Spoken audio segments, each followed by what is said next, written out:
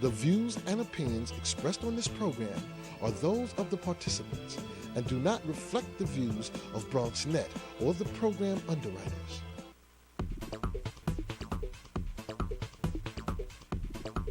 BronxNet. Your voice, your views, your vision. In New York City is still rampant, and now recent incidents have gone viral. Why is the law so slow on labeling crimes as hate crimes? And at what point is an attack even considered a hate crime? Well, we'll talk about that today. Also on today's show, gun violence and what one community is doing to raise their voice against it. So stay tuned. A new live episode of Today's Verdict is coming up right now.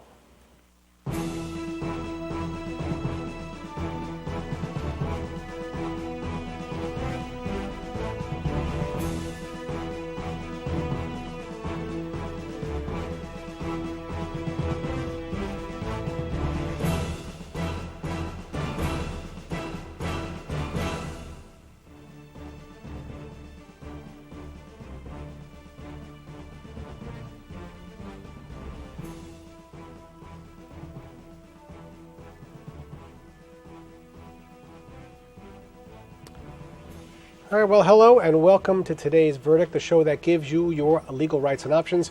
I'm your host and trial attorney for the next 30 minutes, David Lesh. Well, we start off today's show with our friend Cindy Trin, contributing writer at Creative Arts Advocate. Welcome, Cindy. Thank you for having me again, David. It's my pleasure. Well, yeah. You know, with the weather, it gets so hot outside. I think tempers seem to flare. And is it me, or there just seems to be a lot of heat going around the community lately? Yeah, during the summertime, it's actually been proven that crime increases. And as you know, you might get a little bit more irritable in the summer. You notice that when it's hot out, you get a lot more irritable, right? Well, that really contributes to the rate of crime in the city, especially. And related to our next guest, with gun violence actually goes up as well during the summertime. And it's just a lot of people in a big city, and it's hot. Let's get down to the basic of a definition. Sure. Of a hate crime. Really is a known as a bias-motivated crime, and occurs when a perpetrator targets a victim because of his or her perceived membership in a certain social group. So who are we talking about in terms of the targets here? Right, so a hate crime usually comes about when a victim is targeted because of that victim's race, gender, religion, nationality, ethnicity, or any other characteristic that is physical to that victim. And for it to constitute a hate crime, the perpetrator has to intentionally commit the crime because of that person's group or class. So in other words, so before they even commit the crime, they're going into the motive of it with a hate thought. Am I correct? Is that how it goes? Or? Right. It has to be an intentional act towards that victim, and it has to be because of that victim's race or gender or any of the other listed classes of protected people. So yeah, there has to be an intentional motive of the perpetrator to commit the crime because of that person's race or gender. Well, let's say the person's in the middle of creating the crime against someone who might be gay or whoever that they are targeting, but they're committing a crime, and in the middle of it, they're throwing out all the slurs about that particular person. Would that be considered a hate crime or no? It could be. It depends on the evidence and what evidence can be gathered. But if a person suddenly blurted out, I hate you because you're black, and it starts punching the victim in the face and starts saying racial slurs, that's evidence of a possible hate crime. And that's what prosecutors will look into, whether it's a hate crime or not. And they'll use this evidence to determine whether they want to prosecute the crime as hate or not. But I definitely think that's evidence, that's something that the prosecutors can use to determine whether a crime was motivated by hate or not. I think some people on the other side feel, well, you know what, I have certain thoughts, maybe I've been reading certain material. Who are you to look at what I've been looking at and thinking about and to suggest that my crime was a hate crime? I'm allowed to think about what I want to think about. What would you say to somebody who says that? I think your question, you're asking me if just because somebody reads a book about neo-Nazis and then he punches a guy in the bar, that doesn't necessarily mean it's a hate crime, right?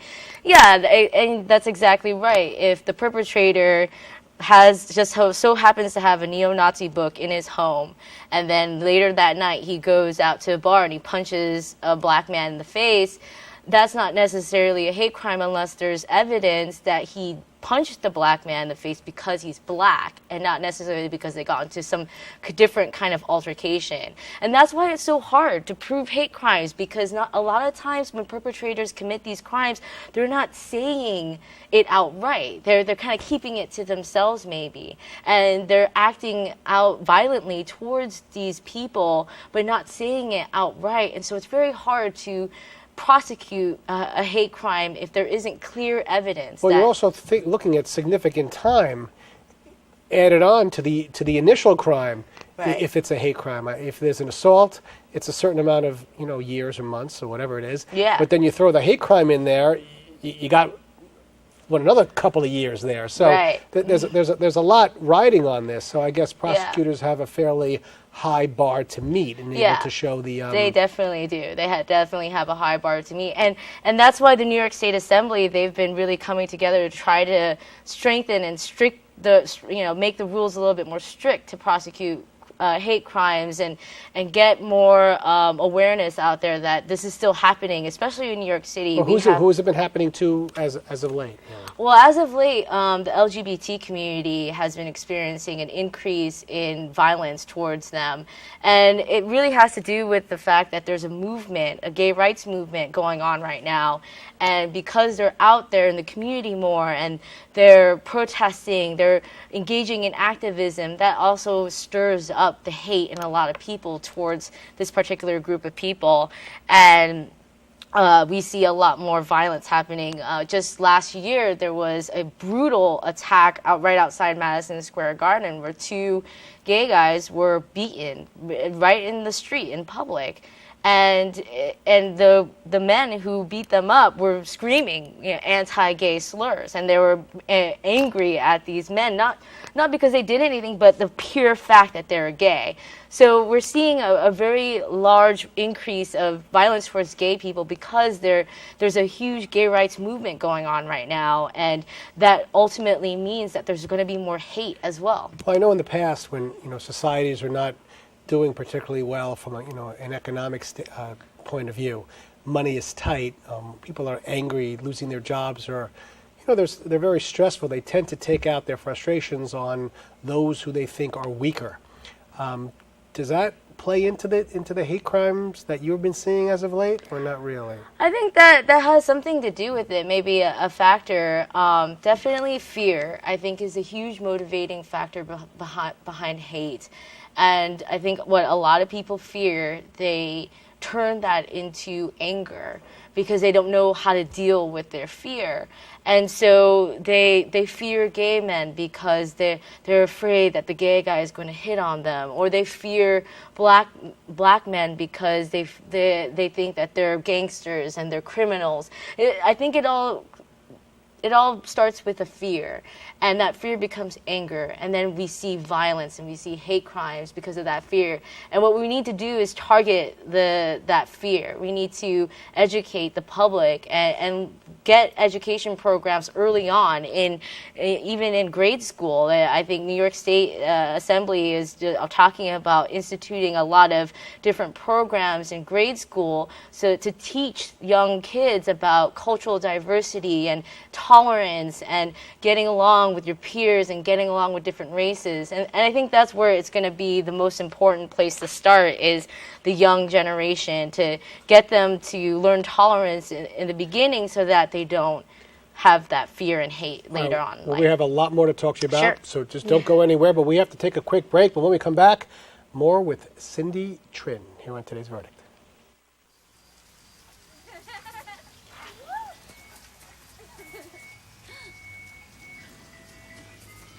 Mom, can we get some ice cream? Please, Mom, please. No, we're having dinner soon. Please.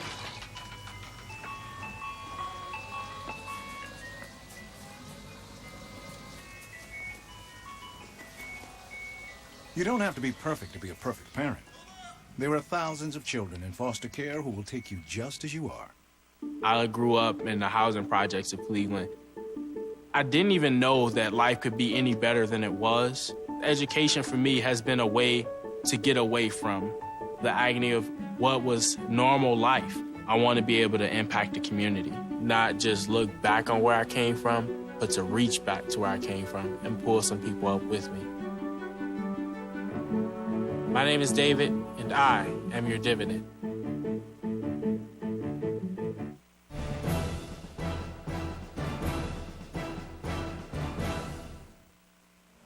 All right, well, welcome back to today's Verdict. I'm David Lesh. Remember to stay in touch with us on Facebook and Twitter, and you can always see past episodes on bronxnet.org.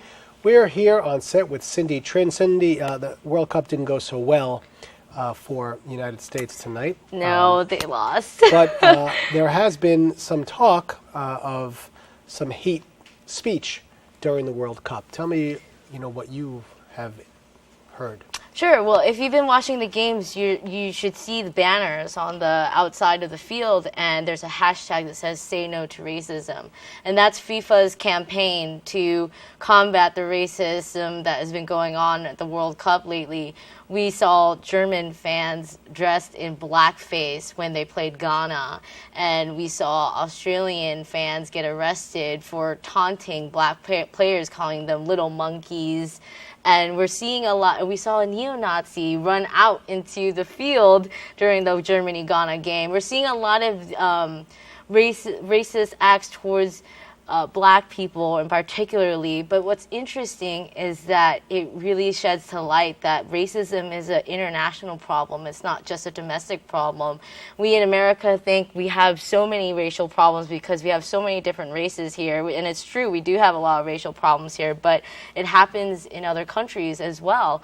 And FIFA has a very, very strict no tolerance policy, and they created this Say No to Racism campaign to basically tell fans, don't engage in racism.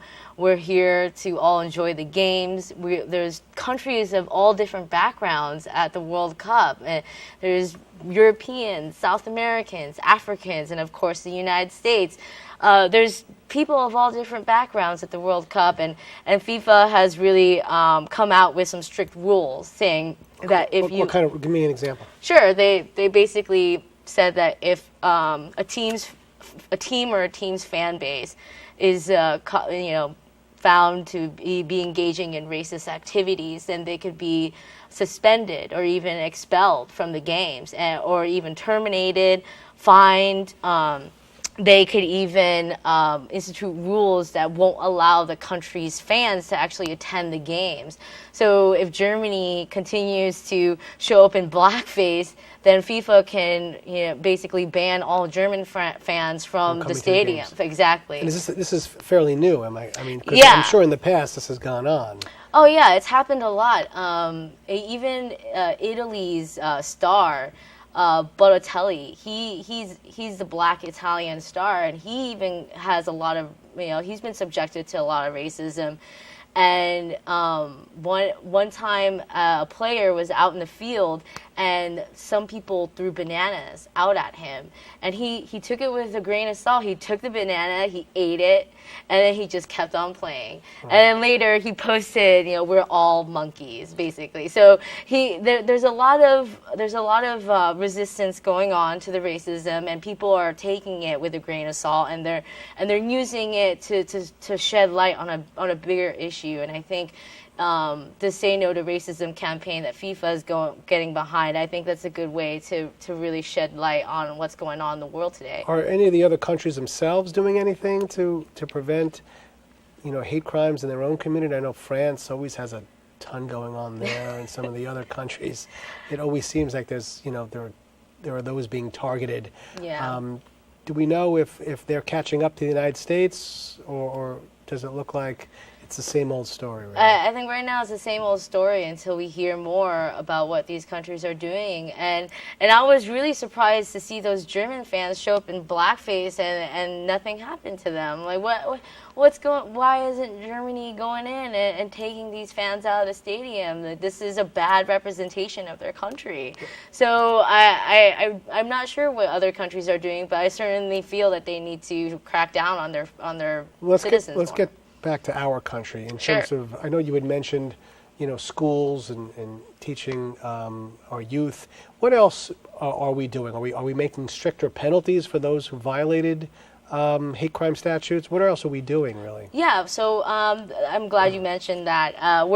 First of all, New York really wants to institute a better training policy for their law enforcement, and I think that is the best route to go right now, along with the stricter penalties for hate crimes. But really, I think the root of the problem is going to be solved if we target the source of the fear and the source of what's going on right now. And I think that's really the animosity between minority communities and law enforcement. And in New York and in every state, the law enforcement has to report any hate crimes to the federal government, and there's a lack of reporting because enforcement is very lax. And I think if we train police officers more to identify hate crimes and respond to hate crimes, then we'll see better reporting, and they'll be able to figure out different programs and different ways to combat the racism and the hate that people are feeling. So I think really it's improving our law enforcement and our relationships with the people, the communities, and law enforcement. And really the distrust of law enforcement came about because of stop and frisk. But as you know, in New York, stop and frisk is no longer here. Yep. It got banned. So maybe this is the step. This is the beginning of a better community for us. Well, Cindy, you've given us some important things to think about. I'm hoping you're going to come back and share your thoughts again. Thank you so much. All right, it's my pleasure. Well, we'll be right back after this break with more on Today's Verdict.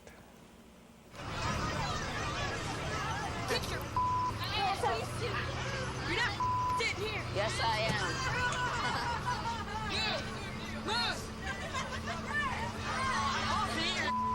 Give it to him hard.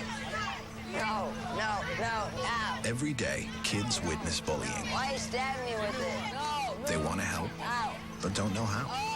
Teach your kids how to be more than a bystander. Visit stopbullying.gov.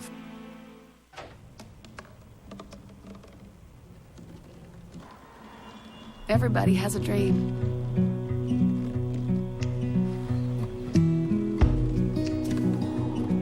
Mine was to see the ocean. And with a little help, I made it.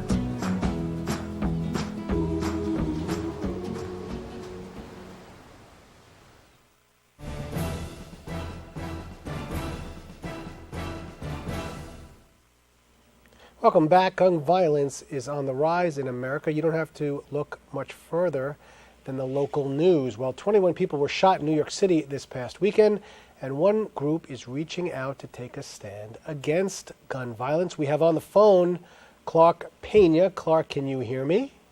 I hear you loud and clear, David. Clark, it's always nice to talk to you. Of course, this is a tough subject to talk about. What have you seen lately in your community? Well, there obviously is a rise in shootings, not only in East Harlem, but citywide. The numbers, the last I saw, were 23 persons shot over the weekend, and that's not including persons that were stabbed throughout the weekend. They're just talking about gun violence at this point. Well, now, periodically, I know our city goes through these instances where gun violence is on the rise. Any reason that you could think of as to why this is happening now? Well, I think the weather has a lot to do with it. There's a lot of just walking the street and listening to the folks. There seems to be a lot of a rise in gang violence, a lot of gangs in a small area, and something else that a lot of people have been talking about is we have to once again try to revisit the issue of stop and frisk and see if that is the reason why gun violence is on the rise, because the tool has been put away, at least in New York City. Well, let me ask you a question. In the East Harlem community, do most people want stop and frisk to come back? Because I don't think a lot of people liked stop and frisk for a while. Yeah, well, it was a political issue, and the way I look at it, it's better to be correct than to be politically correct, and we have to save lives, and if that means taking another look at the issue of stop, question, and frisk, then so be it. The guns. This is always a question. Where do they come from? Are they coming from down south? Were they at one point legal guns that are now into the hands of those who don't have a license? Where do they come from? Yeah, that's a great question, David. We can stop a lot of things from occurring in many cities, to include ours, but we can't seem to stop the gun from entering into the hands of gang members and to the hands of people who are mentally disturbed. And that's a good question, and we hope to answer some of these questions at the Anti-Violence Summit we're having in July. I want to talk about that. When specifically in July are you going to have the summit? It's going to be July 25th, 2014, and it's going to be in the East Harlem location, the Eastwood Baptist Church, which is at 2011 First Avenue, 103 to 104th Street of First Avenue.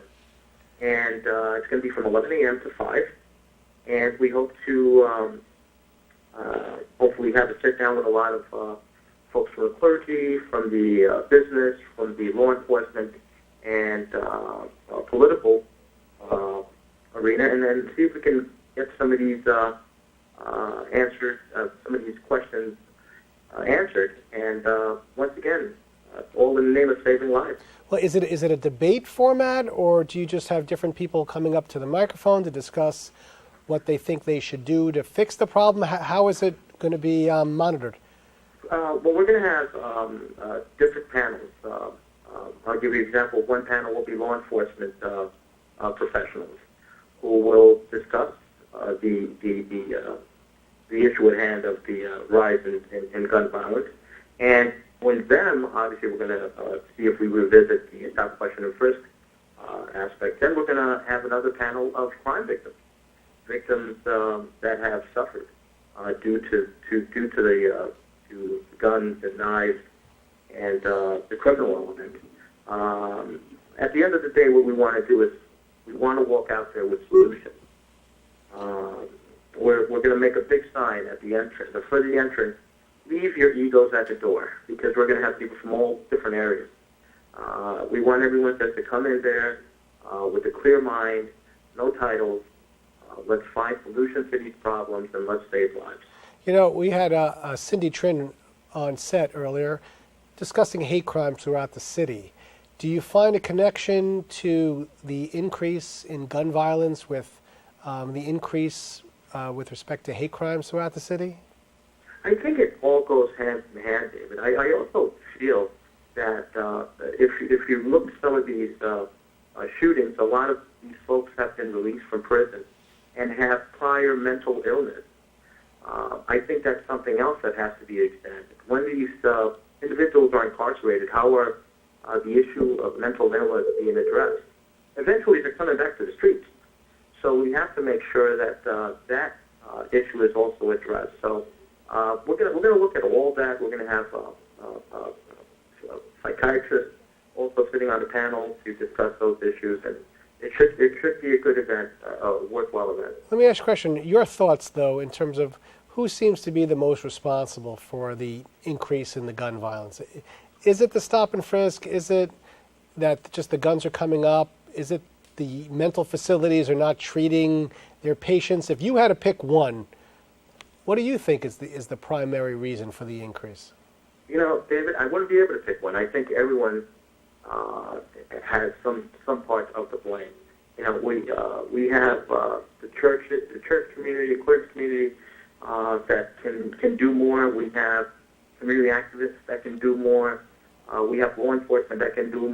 are elected officials that can do more. So I think that if we all put our minds together, instead of trying to assign blame, let's put our minds together and seek solutions. And I think we'll be fine at the end of the day.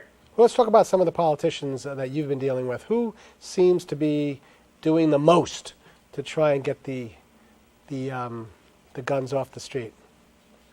You know, I had direct contact with the Mayor's Community Assistance Unit, which is the Community Affairs Unit for the Mayor's Office, and they have been very helpful in putting this event forward and in any way possible, to the point where we may have some high officials from the Mayor's Office that will be attending this summit. So I think that they've been very helpful, and we've gotten a lot of calls from other elected officials that want to attend and partake and give suggestions and also help in seeking solutions. Do you have any tips you could give anyone who's watching tonight who might think that there could be a potential either shooting or some kind of issue with respect to guns in their community? Anything that you would tell them right now? Well, always, you know, let us be clear. 911 is there. Law enforcement is there to help you. Your clergy community is there to help you. If you don't feel comfortable with your law enforcement community, reach out to your clergy folks. At the end of the day, it's going to have to be a partnership in order to stop the violence in our communities. And that's pretty much the best. 911, you know, if you see something, know something, let's stop something from happening before it happens, and let's save lives.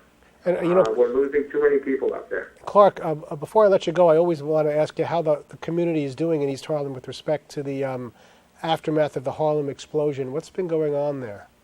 Oh, well, Dave, thank you for asking. The people are coming back slowly but surely. There's some folks that still don't have 100% gas in their apartments, so but a lot of them have received their monies to help them along, and we're taking it day by day. All right, well, it's a tragedy that we will never forget, though. Well, Clark, I want to thank you once again for being on the show. I really appreciate it, and we'll have you back soon. Outstanding. Thank you for having me, David. All right, well, that's all for tonight. It's time to deliberate. I'd like to thank both of our guests for joining us, and of course, you for watching. Remember, if there is a legal issue or topic you would like to see on the show, email me at davidlesh@bronxnet.org. And until we see you again, always remember, know your rights, know your issues, reach a verdict. We'll see you next time.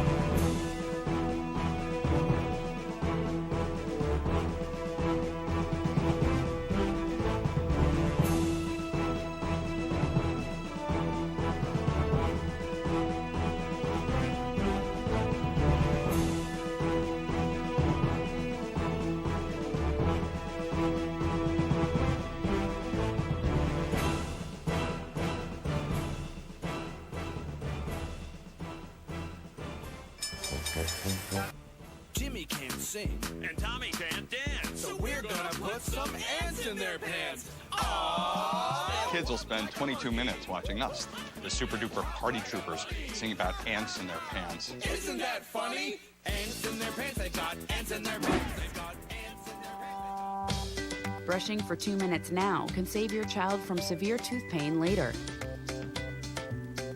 2 minutes?